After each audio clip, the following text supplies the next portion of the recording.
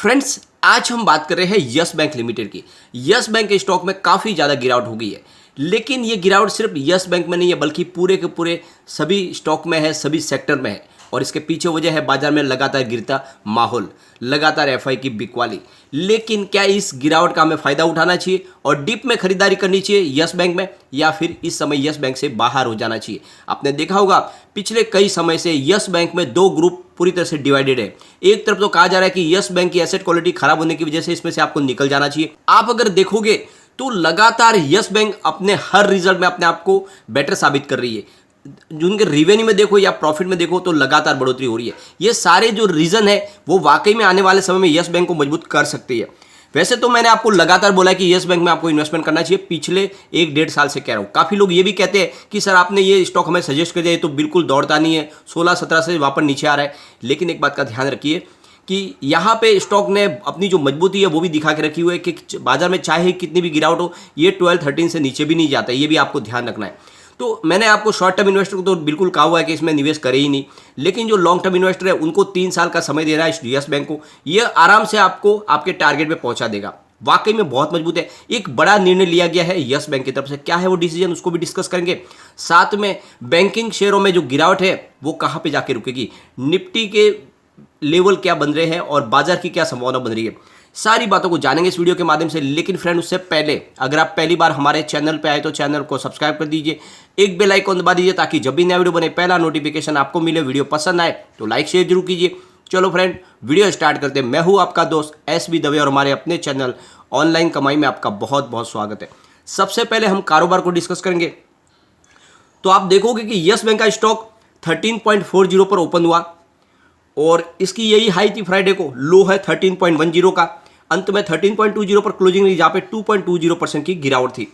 यह आपको ध्यान रखना है कि बीएसई सेंसेक्स में बहुत भारी गिरावट हुई थी फ्राइडे के दिन। बीएसई सेंसेक्स फिलहाल 54,835 पर आ चुका है, जहाँ पे 866 पॉइंट की बड़ी गिरावट हुई, 1.56% गिरा सेंसेक्स। और यूँ देखे तो आप जो लगातार तेजी बनी थी उसके बाद में जो फिर से जो गिरावट का दौर शुरू हुआ उसमें 6,000 पॉइंट की फिर से गिरावट हो गई है, यानी बड़ी गिरावट हो गई है। आप देखोगे तो इससे पहले का जो लो लेवल था वो करीब 52,500 के आसपास का था। तो आप उस हिसाब से देखो तो अभी 2,000 पॉइंट की ही तेजी बाकी है।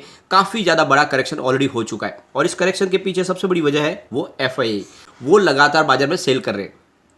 यहाँ पे अगर आप देखो तो निफ्टी 16,411 पर आ चुका है, जहाँ पे 1.63% की गिरावट थी। निफ्टी बैंक की बात करें तो 34,591 का स्तर हमने देख लिया है, करीब 1.82% की बड़ी गिरावट देखी। निफ्टी पीएसयू बैंक में 2,635 के और टच कर लिया है और यहाँ पे 0.52% की गिरावट थी। निफ्टी प्राइवेट बैंक में 17,507 के स्तर के साथ में 2.18% की बड़ी गिरावट थी। तो आप यहाँ पे देखोगे कि सरकारी बैंकों में गिरावट लगभग आधा प्रतिशत की थी, लेकिन प्राइवेट बैंकों में 2% से भी बड़ी गिरावट हुई। और इसी वजह यही है कि यहाँ पे आपको यस बैंक में भी थोड़ी सी गिरावट देखने को मिली। लेकिन एक बार सबसे बड़ी बात यह है कि अब आगे सपोर्ट और लेवल क्या बन रहे हैं, निफ्टी के क्या रेजिस्टेंस बन रहे हैं, वो भी हमें देखना है। तो फिलहाल निफ्टी बैंक 34,591 पर है और 1.82% गिरा था निफ्टी बैंक में। अब सबसे बड़ी बात यह है कि इसके जो टेक्निकल चार्ट वीकली बहुत ज़्यादा वीक बता रहे हैं। मूविंग एवरेजेस बेरिश है, टेक्निकल इंडिकेटर्स वेरी बेरिश और moving averages cross over neutral. इसका मतलब आगे भी वीकनेस जारी रह सकती है बैंकिंग शेयरों में। अब यहाँ पे सबसे बड़ी बात है कि इसके एक बार हम पीवोट लेवल को चेक करेंगे तो गिरावट में ये कहाँ पे जाके रुकेगा निफ्टी बैंक। तो पहला सपोर्ट 35,493 का है और जो सेकंड सपोर्ट निकल के आ रहा है वो है इसका 34,898 का। तो यो आप देख लो कि ये दो सपोर्ट तो ऑलरेडी टूट चुके हैं। तीसरा आप सपोर्ट है वो 34,286 का है। ये मजबूत सपोर्ट है, इस सपोर्ट को नहीं तोड़े तब तक अच्छा है, क्योंकि अगर ये सपोर्ट भी टूटेगा तो फिर बहुत ज़्यादा गिरावट हो सकती है निफ्टी बैंक में। लेकिन अगर पॉजिटिव माहौल बना तो 36,700 का फर्स्ट रेजिस्टेंस है, इसको ब्रेक करते ही फिर 37,313 की हमें इस तरह देखने को मिलेगी और वहाँ तक पहुँच गया निफ्टी बैंक तो फिर 37,908 तक भी जा सकता है। लेकिन फिलहाल जो पोजीशन देखे तो वीकनेस वाली बहुत ज़्यादा है, क्योंकि एफआई ने बहुत एग्रेसिव तरीके से बिकवाली शुरू कर दी है। आप देखोगे 6 मई के डाटा फ्राइडे के, तो इन्होंने 4,525 करोड़ रुपीज़ का इन्वेस्टमेंट किया और सामने करीब 10,042 करोड़ रुपीज़ की बिकवाली कर दी। तो इस तरह से जो वो उन्होंने जो नेट सेलर बने वो है 5,517 करोड़ रुपीज़ की बहुत बड़ी बिकवाली की है उन्होंने। लेकिन सामने बाजार को थामने की कोशिश तो डीआई की तरफ से हो रही है। उन्होंने यानी फ्राइडे के दिन करीब 8,522 करोड़ रुपीज़ की इन्वेस्टमेंट किया और सामने 5,507 करोड़ रुपीज़ की बिक वाली की। तो इस तरह से उन्होंने 3,011 करोड़ रुपीज़ की नई खरीदारी की। लेकिन आप देखो कि इसमें डिफरेंट बहुत ज़्यादा है।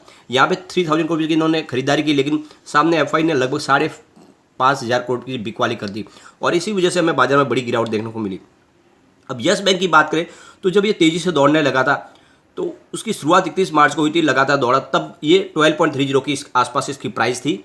फिर स्टॉक दौड़ना शुरू हुआ तो लगभग 15.65 8 अप्रैल को गया, यानी 16 के आसपास जाके आया। तो ऊपर के लेवल से गिरावट तो हुई है, लेकिन अभी भी वो लोग स्तर जो हमने देखा था वो अभी नहीं आया, तो इससे कोई डरने वाली बात नहीं है। यस बैंक वाकई में आपको आने वाले समय में बहुत ही शानदार रिटर्न दे सकती है। इसके पीछे वजह उसको भी आगे डिस्कस करेंगे। अब यस बैंक ने एक बड़ा डिसीजन लिया है।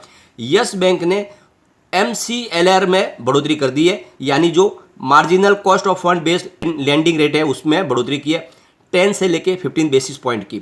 और यहाँ पे देखोगे तो ये 2 मई से लागू हो गई है, 2 मई से। तो यहाँ पे सबसे बड़ी बात नहीं है, कल क्या आ रही है, अब 6.85% लगेगा 1 मंथ के लिए, 7.30% हो जाएगी 3 मंथ के लिए, तो फिर 7.45% होगी 6 मंथ के लिए, 8.25% होगी, और 1 ईयर के लिए 8.60% निकल के आएगी। सबसे बड़ी बात यह है कि इन्होंने जो क्वार्टर रिजल्ट पेश किया बहुत ही बेहतरीन था। इस बार काफ़ी अच्छे हमें आंकड़े देखने को मिले, रेवेन्यू प्रॉफिट में अच्छी बढ़ोतरी भी देखने को मिली, और काफ़ी मजबूत भी हो चुके हैं यस बैंक। सबसे बड़ी बात यह है कि ये जो MCLR जो बढ़ाई है, ये स्टेट बैंक ऑफ इंडिया ने पहले बढ़ाई है और उसके बाद में इन्होंने उसका अनुसरण किया है। तो MCLR उन्होंने 10 बेसिक पॉइंट की बढ़ोतरी की है, फिर एक्सिस बैंक ने भी 5 बेसिक पॉइंट में बढ़ोतरी की है, फिर बैंक ऑफ बड़ौदा ने की है। तो ये लगातार बड़ी बड़ी बैंकों ने, सरकारी बैंकों ने जब बढ़ोतरी की तो उसके बाद में यस बैंक ने भी की है। यहाँ पे सबसे बड़ी बात यह है कि अब बात यह निकल के आ रही है कि क्या यस बैंक में इस समय इन्वेस्टमेंट करना चाहिए। तो वाकई में इन्वेस्टमेंट का मौका है, लेकिन एक बात का ध्यान रखें कि बाजार में लगातार गिरावट का दौर जारी है। इस गिरावट में हर शेयर गिरेगा तो यस बैंक भी नीचे आ सकती है। तो आपको पूरी तरह से जो आपका इन्वेस्टमेंट करना है वो पूरा का पूरा एक साथ न करें, बल्कि टुकड़ों में करें। इस समय थोड़ा थोड़ा करके शुरुआत करें। वाकई में ये यस बैंक आपको अच्छा रिटर्न तो देगी, लेकिन अगर गिरावट है तो डिप में खरीदारी करके अपने एवरेज को भी आप नीचे ला सकते हैं। तो थोड़ी थोड़ी खरीदारी शुरू कर दे। वाकई में यस बैंक आने वाले समय आपको बहुत ही शानदार रिटर्न दे सकती है। सिर्फ 3 ईयर के लिए आपको इसको होल्ड करके रखना है। ये 100 को आराम से टच करने की पूरी संभावना बन चुकी है। इसके वॉल्यूम को देखें तो अच्छी खासी बढ़ोतरी हो चुकी है। पिछले 1 महीने पहले इसका 17 करोड़ रुपीज़ का वॉल्यूम था, 1 वीक पहले 12 करोड़ रुपीज़ का वॉल्यूम हुआ था। आप देखोगे तो थर्सडे के दिन 7 करोड़ रुपीज़ का वॉल्यूम था, फ्राइडे को 9 करोड़ रुपीज़ का वॉल्यूम होता है। अच्छे वॉल्यूम के साथ में कामकाज हो रहा है। सबसे अच्छी बात यह है कि क्वार्टर ऑन क्वार्टर बेसिस पे देखोगे तो इनका रेवेन्यू में हर बार बढ़ोतरी हुई है, जो एक इशारा है कि वाकई में यस बैंक पटरी पे आ चुकी है। मार्च 2021 को 4,835 करोड़ रुपये का इनका रेवेन्यू था, जो जून 2021 में बढ़कर 5,423 करोड़ रुपये तक पहुंच गया। सितंबर 2021 में 5,463 करोड़ रुपये तक पहुंच गया, और दिसंबर 2021 में 5,664 करोड़ रुपये तक पहुंच गया, और मार्च 2022 आते आते 5,873 करोड़ रुपये तक पहुंचा। तो आप देखोगे हर क्वार्टर में इन्होंने अपने आप को साबित किया है, लगातार इनके रेवेन्यू में बढ़ोतरी हुई है। अब इनके प्रॉफिट को अगर देखे हुए तो पिछले मार्च में इनको 3,791 करोड़ रुपये का बड़ा लॉस हुआ था, और इसके पीछे वजह थी बड़ा प्रोविजन। जून में इनको 204 करोड़ रुपये का प्रॉफिट हुआ, सितंबर में प्रॉफिट बढ़कर 223 करोड़ रुपये हो गया, दिसंबर 2021 में प्रॉफिट बढ़कर 266 करोड़ रुपये तक पहुंच गया, और मार्च में बहुत ही शानदार 372 करोड़ रुपये तक प्रॉफिट पहुंच गया। तो आप देखोगे हर क्वार्टर में लगातार इनका प्रॉफिट बढ़ा है। पिछली बार बहुत ज़्यादा लॉस हुआ था, लेकिन इस बार जून से आप देखोगे तो जो प्रॉफिट इन्होंने शुरू किया है वो इनका प्रॉफिट लगातार बढ़ रहा है।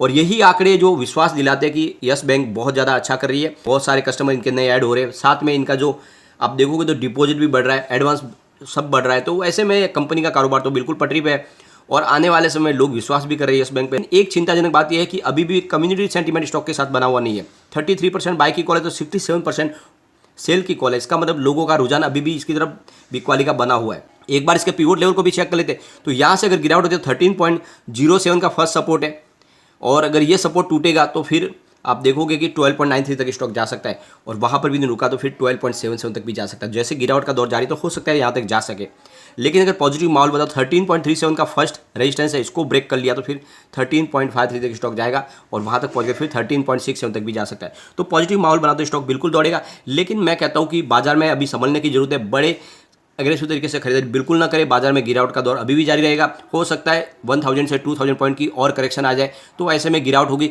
तो थोड़ा थोड़ा करके इन्वेस्टमेंट शुरू करें, लेकिन जरूर करें। लेकिन फ्रेंड, कोई भी इन्वेस्टमेंट करने से पहले अपने फाइनेंशियल एडवाइजर से एक बार ले ले, या अपना खुद का रिसर्च करें, क्योंकि मैंने वीडियो आपके एजुकेशनल पर्पज के लिए ही बनाया। वीडियो पसंद आए तो लाइक शेयर जरूर कीजिए और चैनल को सब्सक्राइब कर दीजिए।